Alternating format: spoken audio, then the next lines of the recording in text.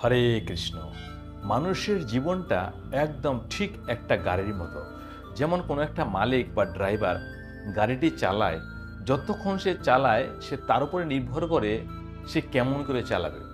গাড়িটা যদি কোথাও অ্যাক্সিডেন্ট হয়ে গেল, গাড়িটা যদি কোথাও দুমড়ে মুচড়ে গেল বা একদম নষ্ট হয়ে গেল, তাহলে কিন্তু মালিক বা ড্রাইভার সেই গাড়িটা আর চালাবে না।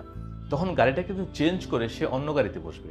এবার অন্য গাড়িতে বসার পরেও তার কিন্তু অভ্যাস, যেই গাড়িটা আগে চালিয়েছিল যেমন করে চালিয়েছিল তেমন করেই চালাবার ইচ্ছা করে প্রথমে।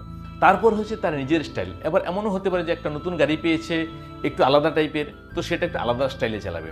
তেমনি আমরা মানুষ, যে আমরা যে দেহটা পেয়েছি, আমাদের এই দেহটা এটা হচ্ছে খাঁচা, মানে এটা একটা গাড়ি, আর ভিতরে বসে আছে মালিক বা ড্রাইভার।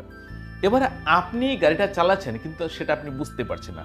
আপনার গাড়িটাকে, অর্থাৎ আপনার বডিটাকে যদি আপনি প্রতিদিন ক্ষতি করেন, তাহলে কিন্তু এর মধ্যে কখন মালিক চলে যাবে তার কিন্তু ঠিক নেই, অর্থাৎ আত্মা চলে যাবে।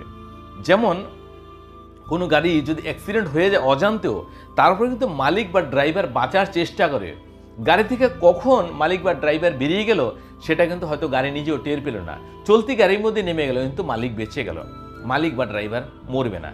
এমনই আমাদের শরীরটা যখনই খুবই খারাপ হয়ে যাবে, বা এটা অ্যাক্সিডেন্টাল কিছু হয়ে যাবে, বা শারীরিক অসুস্থতা খুব হবে, তখন কিন্তু আত্মা কখন বেরিয়ে যাবে সে নিজেও জানবে না।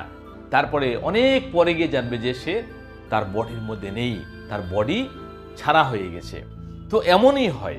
সেজন্য আমাদের যে মনুষ্য শরীরটা আছে, যেটা আমরা পেয়েছি, এটাকে খুবই গুরুত্ব সহকারে এবং প্রয়োজনে যেখানে আপনি নিজেকে বাঁচাতে পারবেন বাঁচিয়ে চলুন।